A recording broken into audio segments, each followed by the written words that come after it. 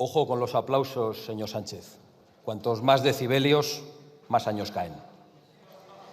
Señorías, el señor Pedro Sánchez se presentó en la política española como el gran campeón de la lucha contra la corrupción.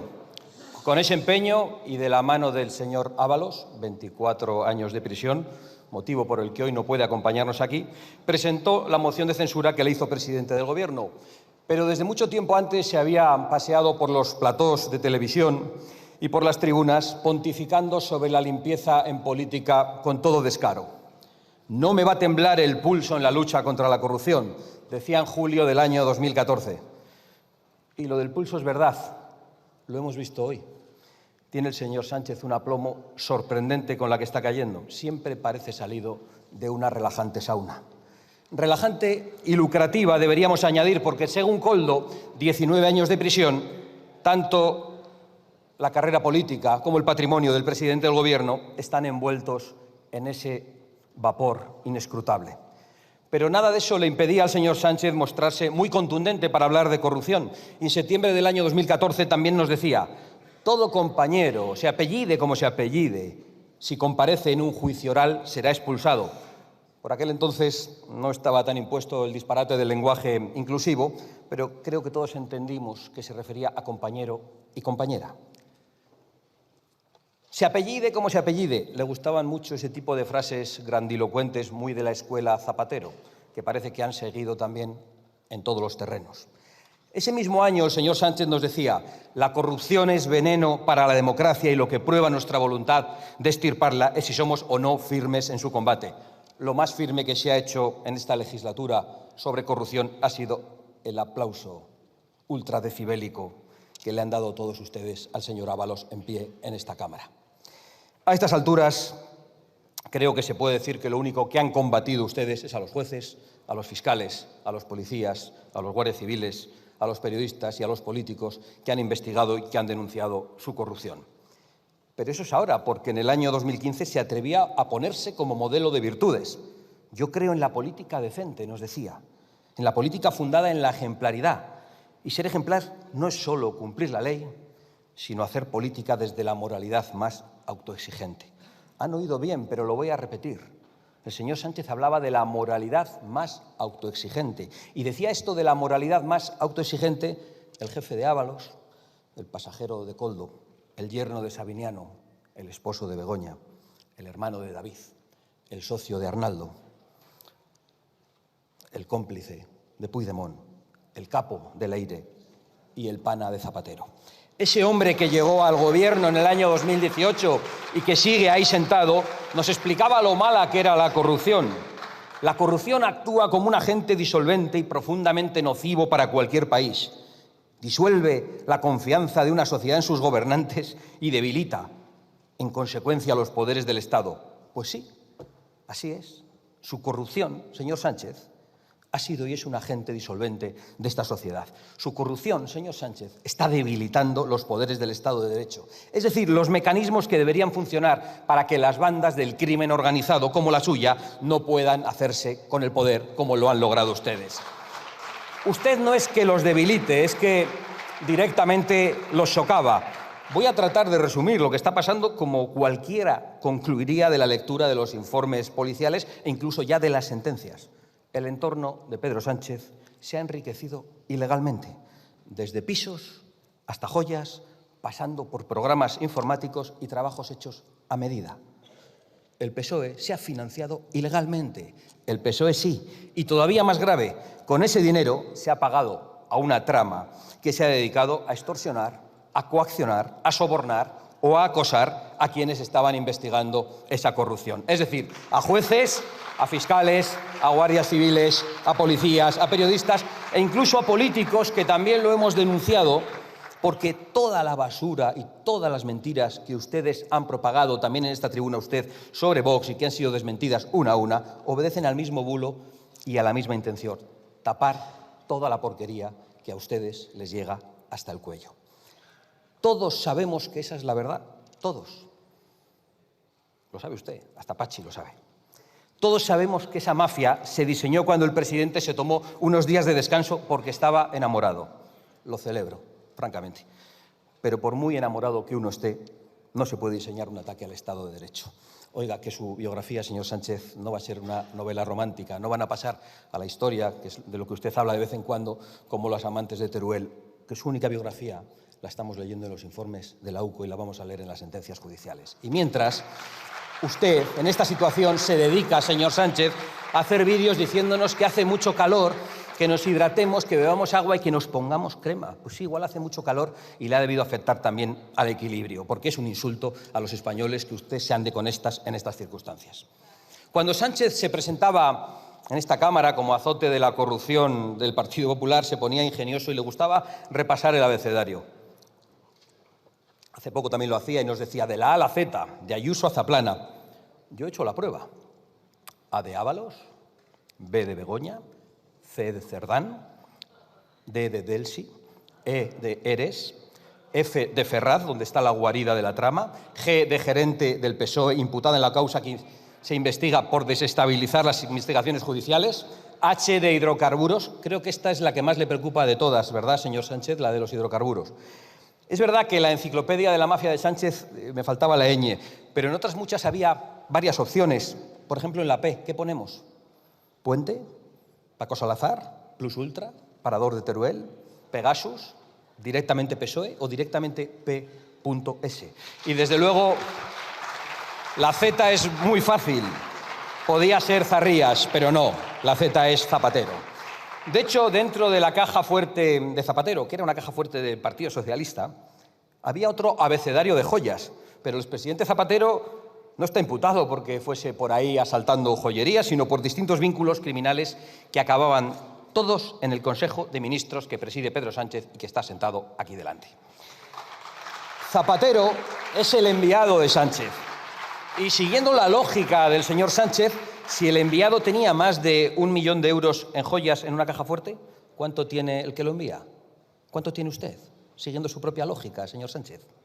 Es muy evidente que solo conocemos la superficie de esta organización criminal. Fíjense si es evidente que vimos a Sánchez hace unos días asumir que esas joyas eran regalos al presidente del Gobierno. Incluso nos decía que él también recibía regalos, pero que no los miraba, que no sabía cuáles eran, ni declara sobre ellos. Hoy no ha dicho nada. Todo el mundo lo sabe, incluso Pachi López, que los regalos que se hacen a un presidente del Gobierno son propiedad del Estado y son propiedad de patrimonio nacional. O sea que cuando Zapatero y Sánchez están hablando de que esas joyas de la caja fuerte en una sede del Partido Socialista se las han sustraído al Estado, cuando están reconociendo que han robado esas joyas a los españoles, al patrimonio nacional, imagínense lo que será la realidad que están ocultando. ¿Qué será lo que quieren esconder? ¿Qué historia truculenta habrá detrás de esas joyas de Zapatero para que Sánchez y Zapatero reconozcan ya que se las han hurtado a patrimonio nacional? ¿Qué sangre habrá en esos diamantes? De venezolanos, de iraníes, de cubanos, para que Sánchez diga que son regalos en vez de pagos por negocios infames. Y si Zapatero recibía diamantes de sangre, ¿cuántos regalos le han hecho a usted desde que es presidente? ¿Por qué se niega a mostrarlos? ¿En qué caja fuerte están? ¿Por qué tienen ustedes cajas fuertes? ¿Qué tienen que ocultar? El señor Sánchez, el paladín de la transparencia, no nos dice dónde están sus regalos. Nosotros exigimos transparencia, no informitos de unos que dicen que hay o no transparencia. Transparencia en los regalos, transparencia en las cuentas y transparencia en las urnas, señorías. Porque, señorías, me han oído muchas veces decir que lo peor de Sánchez estaba por llegar. Pues ya ha llegado. Hemos visto a la maquinaria del sanchismo actuar contra los jueces, expedientándolos, acosándolos, coaccionándolos. Y hay algo todavía más grave, más peligroso y más terrible que esto. Y es que el presidente del Gobierno trata de adulterar también otra sentencia, la definitiva, la que en las urnas emitirán los españoles cuando se les devuelva la voz. Sí, yo afirmo que lo peor ya ha llegado, que el presidente del Gobierno, Pedro Sánchez, en connivencia con varios de sus cómplices en otras tramas, está maniobrando para adulterar y manipular las próximas elecciones generales y mantenerse de forma fraudulenta en el poder. Lo puedo decir más claro, señorías, Sánchez está actuando para robar las próximas elecciones en España. A algunos les parecerá exagerado, probablemente a los mismos que les pareció que exageraba cuando desde esta misma tribuna y en solitario, presentando 2 mociones de censura, denuncié todas y cada una de las tramas que se han ido judicializando después. lamentablemente no exageraba. Probablemente me he quedado corto en demasiadas ocasiones. Y no estoy hablando de pequeños fraudes hechos aquí o allí. Estoy denunciando toda una trama diseñada para alterar el resultado de las próximas elecciones. Una trama que se ha dedicado a liquidar todo control sobre el voto de los españoles emitido en el extranjero, al mismo tiempo que reparte millones de pasaportes españoles a personas que nunca han vivido en España. Y lo hace con la mayor eficacia, allí donde todos los aliados de Sánchez mantienen aún estructuras políticas capaces de actuar en nuestras elecciones. Estructuras chavistas que aún operan en Venezuela, algunas estructuras kirchneristas que operan aún en Argentina, donde Paco Salazar está haciendo de agente electoral, ¿verdad? Y en México, cuya presidenta vino a España hace muy poquito a mostrar su apoyo a Sánchez. Y en Cuba, por supuesto, donde ya hemos leído estos días que los pasaportes se reparten solo a los adictos al régimen. Millones de votos que van a controlar desde el aparato mafioso de Pedro Sánchez, donde no habrá interventores, no habrá trazabilidad ni custodia de los sobres, y donde tendrán un papel esencial las autoridades cubanas, venezolanas, mexicanas, brasileñas, es decir, todos los socios leales de Sánchez que le acompañaron en el evento de Barcelona y todos los clientes de Zapatero. El régimen cubano, por ejemplo, va a ser el encargado de recoger y enviar las papeletas. El régimen cubano va a mandar cientos de miles de votos directamente a las urnas en España y ustedes le van a decir a qué provincias hay que mandarlos para alterar el reparto de escaños. No es una broma, ya lo están reconociendo. Ni es un atraco más de la pandilla de salteadores de caminos que ha llegado a este gobierno. No es la vergüenza de ver cómo con dinero de los españoles se pagan señoritas de compañía, no es solo eso. Aquí nos vamos a jugar la libertad, la democracia y el Estado de Derecho. Por eso creo, señorías, que todas las instituciones democráticas, junto con la sociedad civil, deben hacer frente a esta amenaza real, porque Sánchez pretende perpetuarse en el poder a cualquier precio y de cualquier forma. Y después de lo que hemos visto hasta ahora, ¿hay alguien en esta Cámara que no sean los que le aplauden, pero probablemente incluso ellos, que no se haya dado cuenta de que es capaz de cruzar cualquier límite con tal de conseguirlo? A nosotros nos toca impedirlo. A todos los españoles que quieran continuar decidiendo su futuro con libertad en las urnas. Y créanme, señor Feijóo y señores del Partido Popular, el cambio no está hecho, ni va a ser fácil hacerlo, ni les ayuda en nada a esos que ya les dicen que hay que repartirse gobiernos que aún no existen ni se han alcanzado. Es verdad que hay muchísimo que hacer en España. Hay que acabar con la invasión migratoria que colapsa los servicios públicos, que trae inseguridad, que hace inaccesible la vivienda y el trabajo digno. Hay que acabar con el régimen de terror fiscal impuesto por este gobierno y que vampiriza la economía. Hay que hacer que los españoles tengan prioridad en su propia patria. Hay que empezar un proceso de desregulación que favorezca la competencia y la productividad. Hay que devolver a los padres el derecho a educar a sus hijos. Hay que hacer todo eso y hay que hacer muchísimas más cosas. Pero antes que nada, hay que poner todo el esfuerzo necesario en conseguir unas elecciones limpias, libres y transparentes. Y el señor que ocupa la presidencia del Gobierno y que está ahí sentado trabaja todos los días para impedirlo. Veo que me quedan unos segundos para terminar con la enciclopedia de la corrupción. Me había quedado en la H de hidrocarburos. Luego viene la I de Illa o Indra, donde apuntaba a la cloaca. La J de Jessica, pero con los nombres de sus compañeras podría hacerse toda una enciclopedia. La K de Coldo, la L de Leire Díaz, la M de Marlaska, que mantiene la cúpula que se ha reunido con la cloaca. La E de negocios de su esposa con Barrabés. La O de Óscar y la P de Puente. Este merece 2 letras porque no nos olvidamos de Adamuz. La Q de los quilates de los diamantes de sangre. La R de los rescates de Air Europa y de Plus Ultra. La S de la SEPI. La T de Tito Berni, que qué lejos queda, ¿verdad? La U de la UGT, que también queda lejos, pero que todavía debe millones a los andaluces. La V de Venezuela, del epicentro de la corrupción. Y la W de Guacalúa. La X de Chimo Puig, la Y de Yolanda Díaz, que decía hace poco en un lapsus magnífico, queda gobierno de corrupción para rato. Créanme que personalmente intentaré, y todo mi grupo intentará, que ese rato sea el más corto posible. Y la Z al final ya habíamos dicho que era la de su pana Zapatero. Señor Sánchez, convoque ya elecciones, devuelva la voz a los españoles.